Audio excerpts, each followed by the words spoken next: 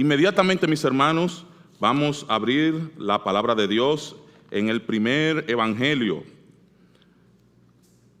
Vamos al libro de Mateo, capítulo 6, versículo 25.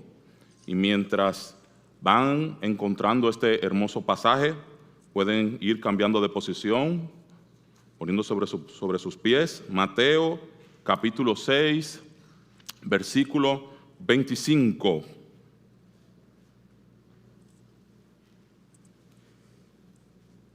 Mateo, capítulo 6, versículo 25 al 34.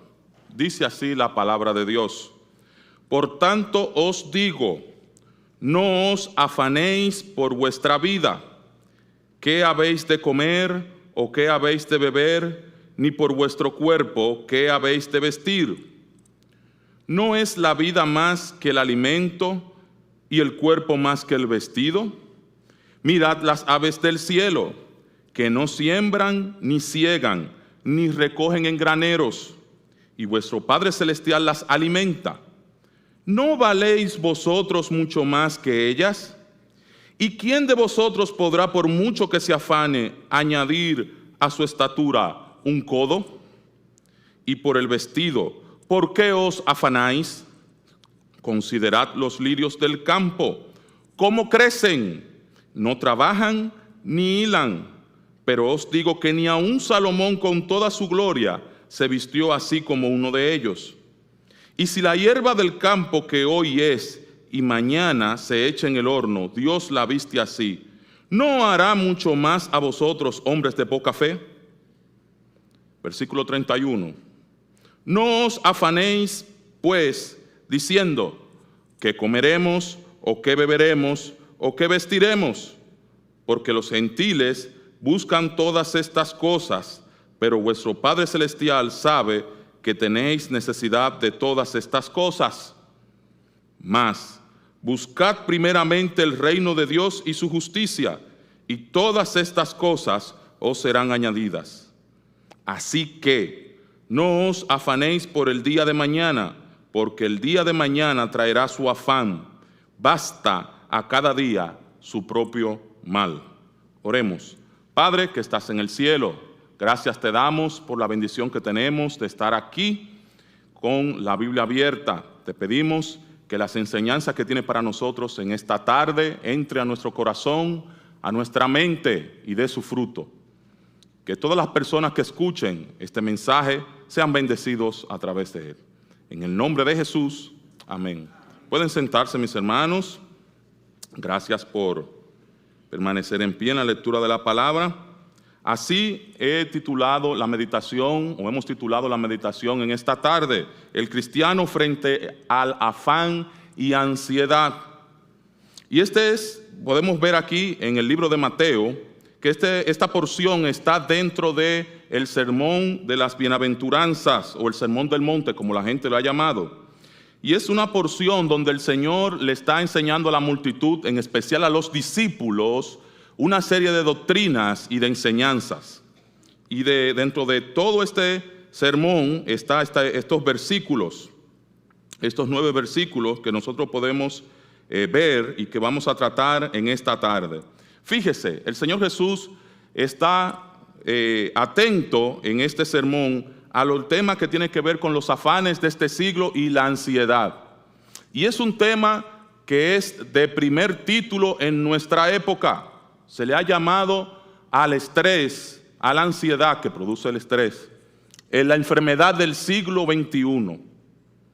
Personas que aparentemente están sanas y por los afanes de esta vida, por las preocupaciones, vienen las enfermedades psicosomáticas, las consecuencias en el cuerpo, porque el cuerpo se expresa cuando se estresa.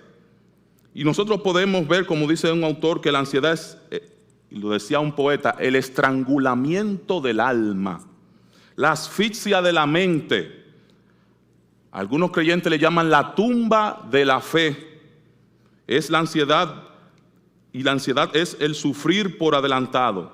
Y es producido porque muchas veces las personas miran al futuro incierto.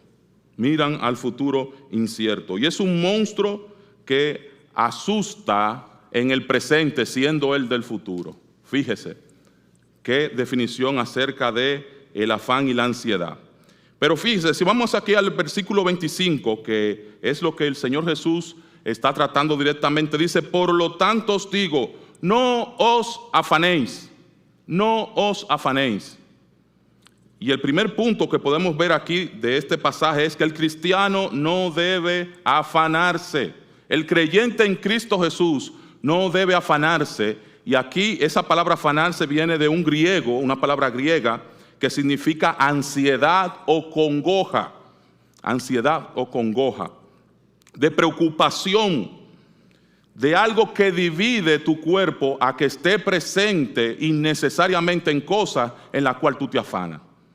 Fíjese qué definición tiene que ver con ansiedad, con congoja, con preocupación. Y Jesús en ningún momento recomienda en este pasaje que seamos descuidados o irresponsables a nuestros deberes, pero nos pide que no nos dejemos distraer por las preocupaciones que presenta este mundo terrenal en el día de hoy. Entonces, ¿cuáles son esas preocupaciones? Eran las mismas de aquella época, eran las mismas. Primero, que Jesús nos dice que no estemos ansiosos es por nuestra vida. Mi hermano, mi hermana, ¿qué es lo que te preocupa de tu vida? El Señor tiene control, Dios mismo tiene el control de nuestra vida. Nadie nos podrá separar del amor de Dios que es en Cristo Jesús, Señor nuestro. Y es interesante porque el mismo Señor Jesús nos enseña que Él nos tiene en su mano. Y el Padre, que es mayor que todo, también nos tiene en su mano. Y nadie nos podrá arrebatar la salvación, la vida que Él nos ha dado del mismo Dios, quien es que la da. Por lo tanto, en el creyente en Cristo Jesús puede descansar de que Dios tiene control total, pleno y seguro de su vida y todo lo que acontece en ella. Lo segundo que vemos en ese versículo, por la cual las personas se preocupan, no solamente por su vida, sino por qué habremos de comer y vestir. Y aquí la persona dirá: yo no me preocupo por eso. Pues déjenme decirle que las cosas de este mundo, el sistema que lleva a este mundo dirigido por el príncipe de las tinieblas, lleva a que las personas se preocupen de manera desmedida por el sustento. Y aquí nosotros vemos que el comer y el beber no solamente es la comida diaria, sino todo lo que implica eso. Implica el sustento, el salario, todo ese tipo de cosas. Y en aquel momento también ocurría eso. Y vemos en el mismo versículo también cómo el Señor Jesús también trata la tercera cosa por la cual el creyente en Cristo Jesús no debe afanarse, y es por vuestro cuerpo que habéis de vestir. Esas tres cosas Él comienza a desglosarla, y es interesante porque Él las presenta a manera de ilustración.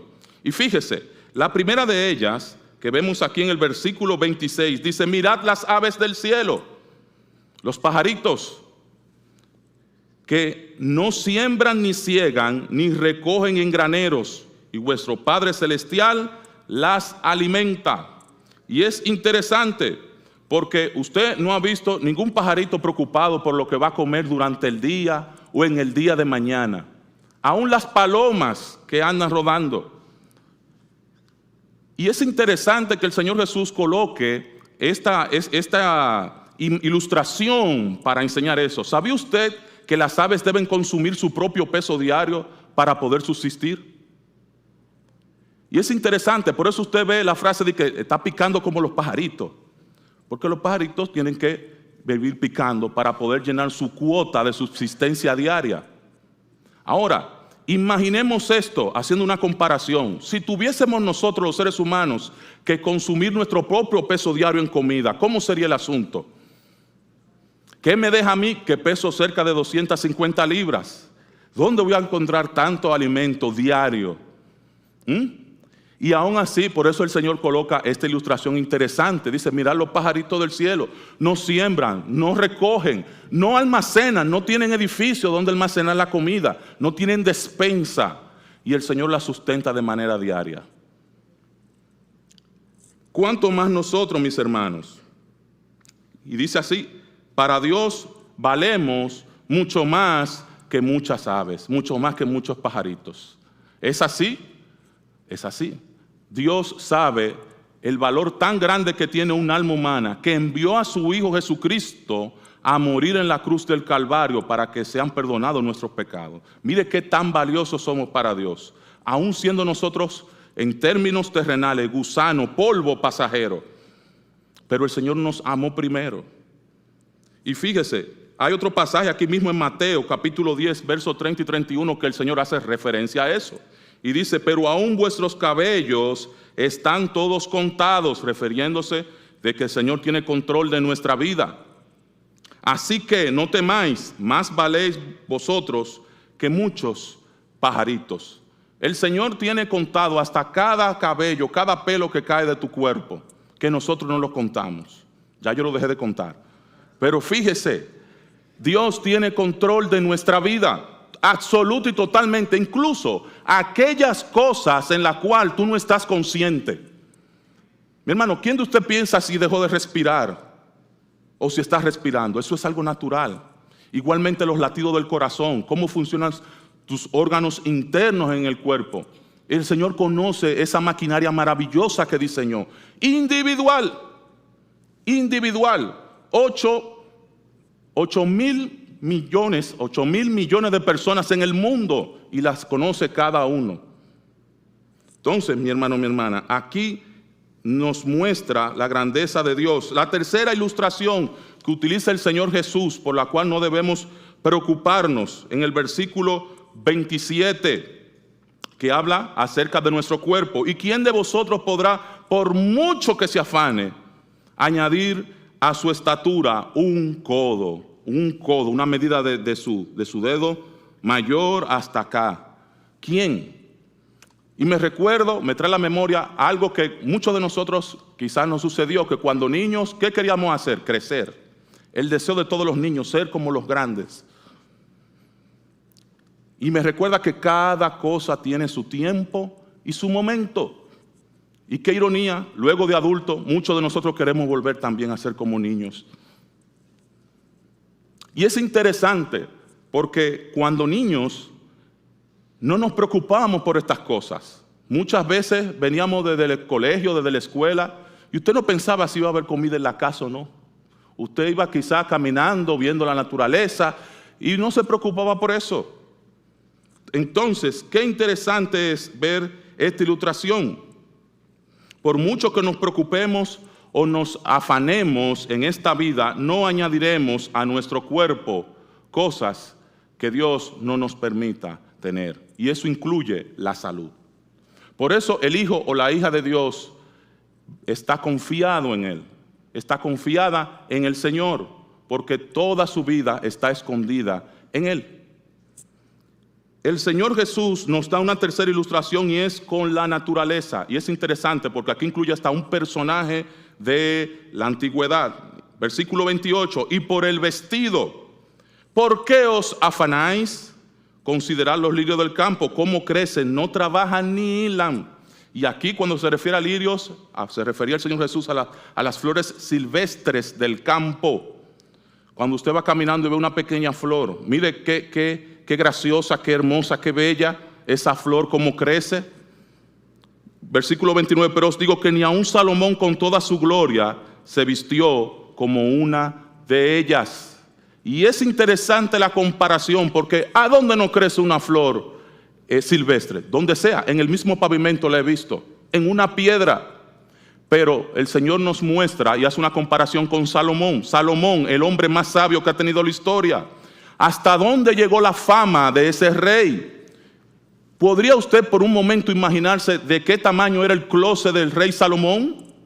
Tenía palacios, caballerizas, la ropa que podría desear una persona en su vida, y no cualquier ropa.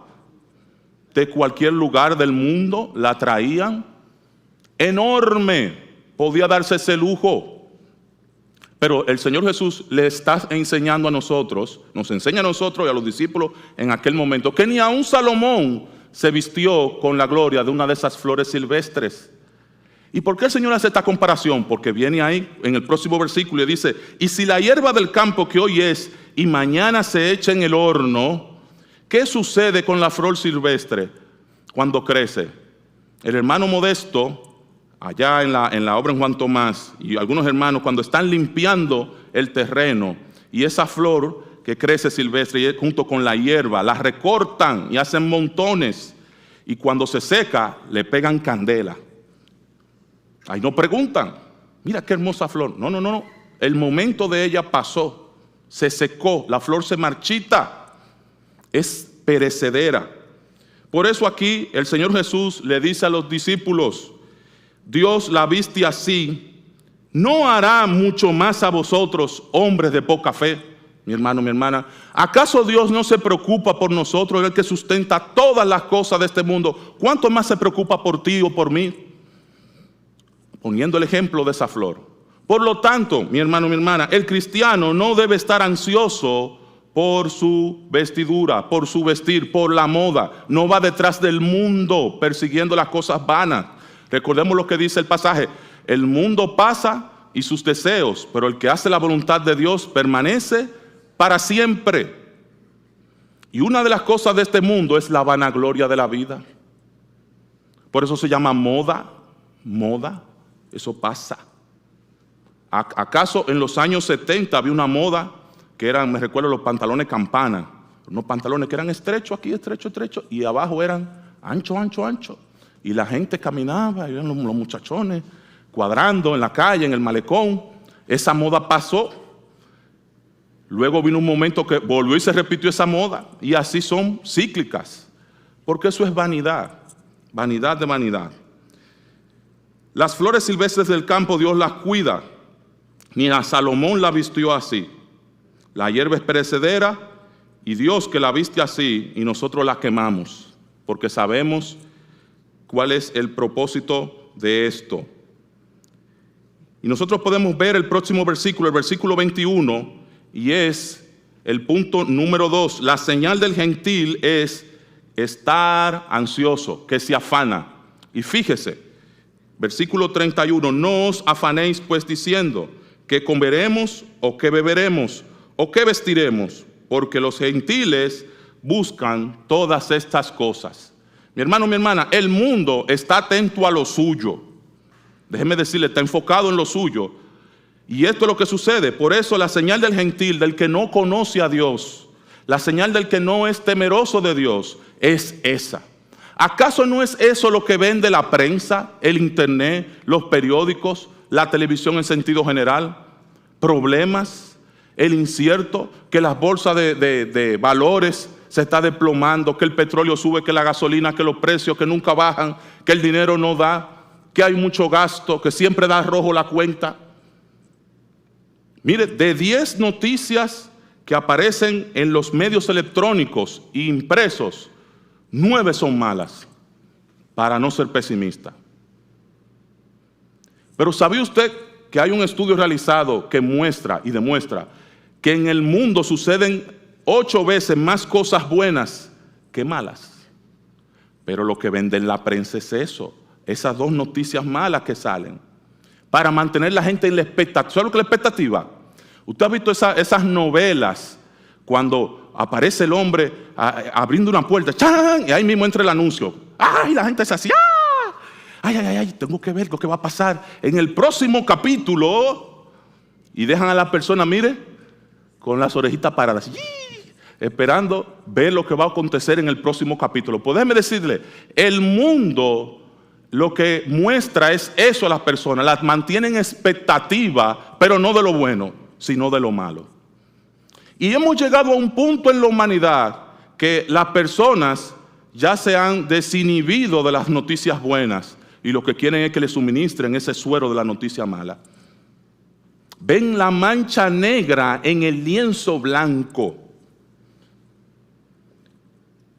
Y cuando tú le hablas de esta buena noticia que nos da la palabra de Dios, de que hay un Dios que cuida todas las cosas, que nos sustenta, que no va a haber problemas, que Él a los hijos los cuida, a los hijos de Dios los cuida. Mire, la gente dice, pero por eso es que tú estás loco, por eso es que los creyentes son locos, definitivamente. Mira lo que está ocurriendo con el COVID y mira cómo me viene a hablar de la palabra de Dios. Mira cómo está el mundo, mira los problemas. Y ese hombre viene a hablarme del evangelio de Cristo, porque es lo que tiene en su mente y en su corazón, mi hermano, mi hermana. Por eso es la señal de los gentiles estar ansioso. Y por eso es que es necesario que nosotros les llevemos el evangelio de la salvación. Me recuerda a una porción, una historia de la Biblia, aquí incluso en el evangelio. Dos mujeres que están con Jesús y hay un grupo de personas en su casa, Marta y María, ¿se recuerdan? ¿Y qué sucede al final de la historia? Que Marta se acerca al Señor Jesús pidiéndole que María le ayude en los quehaceres, en los afanes de la casa. ¿Y qué le dice? Marta, Marta, afanada y turbada está. María ha tomado la mejor parte y no le será quitada. Y podemos ver también esto de afanarse en Mateo capítulo 13, versículo 22, en la parábola del sembrador, cuando la semilla cae en la tierra y los espinos la ahogan. Esos son, como dice el Señor Jesús explicando este versículo, el afán del siglo. Las riquezas, los trabajos la ahogaron y fue infructuosa. Y tengo que mencionarlo porque en el pasaje se hace evidente que el mismo Señor Jesús dice, por versículo 32, porque los gentiles buscan todas estas cosas, pero vuestro Padre Celestial sabe que tenéis necesidad de todas estas cosas. Y es lo interesante, Dios mismo sabe de qué tú tienes necesidad antes de tú saberlo. Antes de tú saberlo, antes incluso de tú tener la misma necesidad, Dios ya ha provisto para eso. Jesús no dice que la comida y la ropa no sean importantes, sino lo contrario. Nos recuerda que el Padre que nos creó conoce bien nuestras necesidades. Por eso dice todas estas cosas en el versículo, porque los gentiles buscan todas estas cosas, refiriéndose al sustento, la comida, la bebida, el que vestir, el salario, etc. No tenemos que persuadir al Padre de esto, porque el Padre siempre lo ha sabido. Tanta gente que se preocupa por cosas insignificantes, por objetos, trofeos. Leía a un autor hace unos días atrás que decía cuál es el legado de las personas y dividía ese legado en tres grandes grupos. Los que coleccionan objetos que con el tiempo, cuando la persona no está en la tierra, los regalan, lo venden, está en las ventas de garaje, en tiendas, etc. Aquellos que dejan legado intangible como fama, cosas que con el tiempo la gente se olvida, y aquellos que hacen un legado que trasciende en el tiempo de manera espiritual. ¿En cuál grupo nos encontramos? No puedo dejar de mencionar cuál es la promesa de tantos versículos que hay en la Biblia. Seleccioné un pasaje que todos conocen por eso, Salmo capítulo 23. ¿Qué dice? Jehová es mi pastor, nada me faltará. Es el versículo número 1 y comienza a describir en lugares de delicados pastos. Entonces, fíjese mi hermano, este versículo tan precioso, Jehová es mi pastor, nada, mire cuando dice nada, es que nada se le escapa a Dios, le va a hacer falta a sus hijos. El punto 3, el cristiano necesita tener como prioridad el reino de Dios y su justicia. Versículo 33, un versículo que muchos de nosotros hemos memorizado, más buscad primeramente el reino de Dios y su justicia. ¿Y qué sigue ahí? Hay una condición, y todas estas cosas os serán añadidas.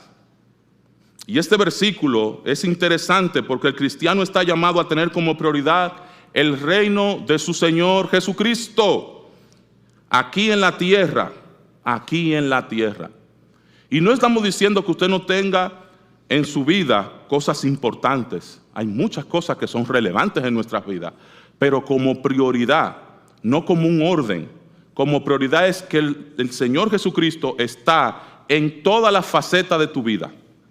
Por lo tanto, si tú vas a comer, tiene presente que tú estás haciendo eso para gloria de Dios. Si tú estás trabajando para gloria de Dios. Y así sucesivamente en todas las facetas de la vida. Podemos ver el estado correcto del corazón con referencia a las cosas celestiales y terrenales en nosotros cuando vemos este pasaje. Tú puedes hacer un autoexamen en tu vida con este versículo.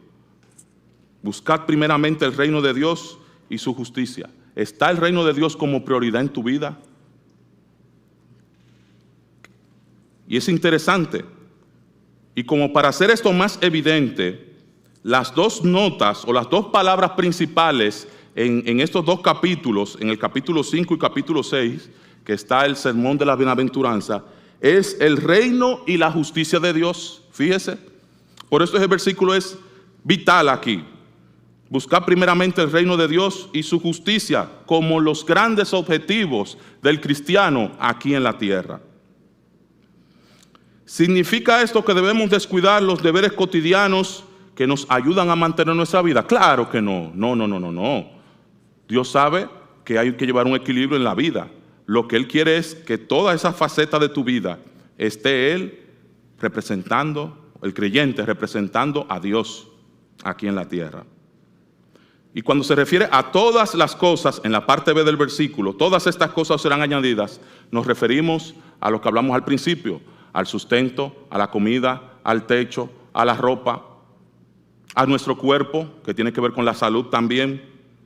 Y todas estas cosas, como dice al final de este versículo, nos las asegura nuestro Padre Celestial.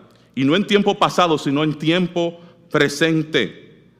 Y cuando nuestro Señor dice que serán añadidos, da a entender que todas las cosas, o sea, las últimas palabras de ese versículo, nos asegura nuestro Padre Celestial que son una ñapa. Déjeme pasar a explicar esto. Cuando dice que todas estas cosas os serán añadidas, es que la parte que tiene que ver con lo espiritual es nuestra parte con Dios. Es como los levitas, para que usted me pueda entender. ¿Cuál era la diferencia de las 12 tribus de Israel? Que a cada tribu, de las 11 tribus, a cada tribu le dieron una porción física de terreno. Pero a los levitas no les fue dado terreno, salvo las ciudades donde iban a quedarse y eso, porque su parte era con Jehová, para que usted me entienda. Hasta ahí vamos bien. ¿Qué sucede aquí en este pasaje? Cuando dice más, buscar primeramente y todas estas cosas serán añadidas, que la Biblia, el Señor Jesús da como un hecho, nos enseña enfáticamente que nuestra parte es con Dios. Esa es la prioridad.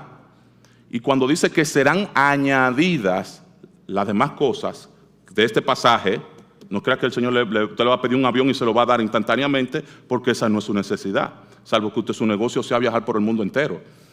Para que entienda, una cosa es capricho y otra es necesidad. Entonces, todas estas cosas, lo que hemos hablado, comida, bebida, sustento, todo eso es una ñapa, una añadidura que Dios nos da. Y nosotros muy contentos la recibimos. Así que no os afanéis por el día de mañana, porque el día de mañana traerá su afán. Basta a cada día su propio mal. Una de las grandes situaciones psicológicas que tenemos en la humanidad en el día de hoy es la preocupación por lo incierto, por el mañana, lo que va a ocurrir en el futuro. El creyente en Cristo Jesús ya sabe su futuro. Y es interesante porque el mensaje de esta mañana que hablaba sobre la ciudad que el Señor nos está preparando, la nueva Jerusalén, usted sabe cuál va a ser su destino. Amén. Y es lo maravilloso. Por eso es que el inconverso, el que no conoce de Dios, está en incertidumbre. No sabe lo que va a ocurrir con su vida. Por eso cuando la persona parte de este mundo y no ha conocido a Dios, ¿usted sabe cuál es el pésame? Por la pérdida. Lamento tu pérdida. Déjeme decirle, en el creyente no ocurre tal cosa. Nosotros por un momento no veremos al hermano o a la hermana porque está delante de la presencia de Dios, pero eso es por un momentico. Luego la palabra nos enseña que al sonar de la trompeta todos estaremos juntos, mis hermanos. Y es lo interesante, porque el inconverso lo que le provoca más ansiedad aún, ni siquiera es la comida o la ropa solamente, porque eso es en el momento, es lo incierto del futuro. ¿Qué va a ocurrir mañana, en 6 meses? Y comienza a mencionarle una serie de problemas, una cacharrada de problemas ahí. Tú dices, pero la persona se va a morir. a diferencia del creyente en Cristo Jesús, que tiene su vida y su corazón y su confianza dispuesta en Dios. Aún el mismo Jesús nos enseñó no solamente con palabras, sino con hechos. En los evangelios usted no va a encontrar un Señor Jesús afanado o ansioso. Fíjese que Él salía a predicar por los pueblos, por las ciudades, pero usted no va a ver un Señor Jesús apurado para hacer algo. O corre Pedro, corre, Juan, salta, ven por aquí, salgan allí. Todas las cosas que usted ve en los evangelios, hablando propiamente de la vida de Jesús, lo va a ver que Él lo hacía en su momento y en su tiempo. Y a veces hasta rayando en la línea de la paciencia desconcertada del humano. Porque cuando Lázaro estaba enfermo, la gente dice, Señor, mira, Lázaro está mal de salud. Y él se quedó un día más en otro lugar. Tú dices, pero ¿cómo el Señor, sabiendo eso, su amigo, se queda un día más? Pero el Señor sabía que había un plan, un propósito que iba a cumplir con eso. Por eso, mi hermano, mi hermana, la exhortación en esta tarde, en esta noche, es que nuestro Dios nos da la garantía de que cuando tomamos como prioridad el reino de Dios en nuestras vidas, cuando lo ponemos a Él en primer lugar en toda nuestra vida, en todas las facetas de nuestra vida, Él nos, aparte de que nos da a través del fruto del Espíritu, la paz y la paciencia. ¿Se recuerdan? En la característica del fruto del Espíritu, amor, gozo, paz, paciencia. Esas dos características son las que combaten esto que hablamos hoy. Los problemas, las cosas malas, las dificultades que aparentan ser mal para el creyente, Dios la utiliza para bien. Como dice el pasaje, a los que aman a Dios, todas las cosas les ayudan a bien. Esto es, a los que conforme a su propósito son llamados. Esta es una llamada para vivir el presente en Cristo Jesús, mi hermano, mi hermana. El creyente en Cristo Jesús vive el presente. ¿Tú entendió eso? El creyente en Cristo Jesús vive el presente. No se preocupa por el porvenir, porque el Señor tiene control de todo eso. Y hay una llamada aquí para aquellos que no conocen de Dios, aquellos que no han entregado su vida a Jesús. En Mateo capítulo 11, versículo 28 dice, venid a mí los que estáis trabajados y cargados, y yo os haré descansar. Llevad mi yugo sobre vosotros y aprended de mí, que soy manso y humilde de corazón, y hallaréis descanso para vuestras almas. Porque mi yugo es fácil y ligera mi carga. El Señor Jesús es la única persona que puede brindarte esa paz, esa paciencia, esa tranquilidad, ese sosiego que el mundo no ofrece. Porque la de Él no perece, es eterna. En Dios debemos confiar como proveedor. Y la fe es el antídoto para la ansiedad. La fe en Dios que nos permite enfrentar el futuro y confiar en sus promesas y descansar en sus brazos. Vamos a orar. Señor, en esta tarde te agradecemos la oportunidad que tú nos das, que tú has permitido que nosotros podamos confiar en ti, que tú nos das a conocer que tiene el control de todo y cada una de las cosas de nuestras vidas, porque nuestra vida está en tus manos. Mi Dios, te queremos pedir que el afán y la ansiedad que lleva el mundo, pues no sea un tema en nuestra vida, sino que podamos cada día más, no solamente amarte y confiar en ti, sino hablar de la bendición que tú tienes, de la paz y la tranquilidad a otros que no te conocen. Te damos gracias, mi Dios, por esta bendición que podemos disfrutar tus hijos en este día. En el nombre de Jesús, amén.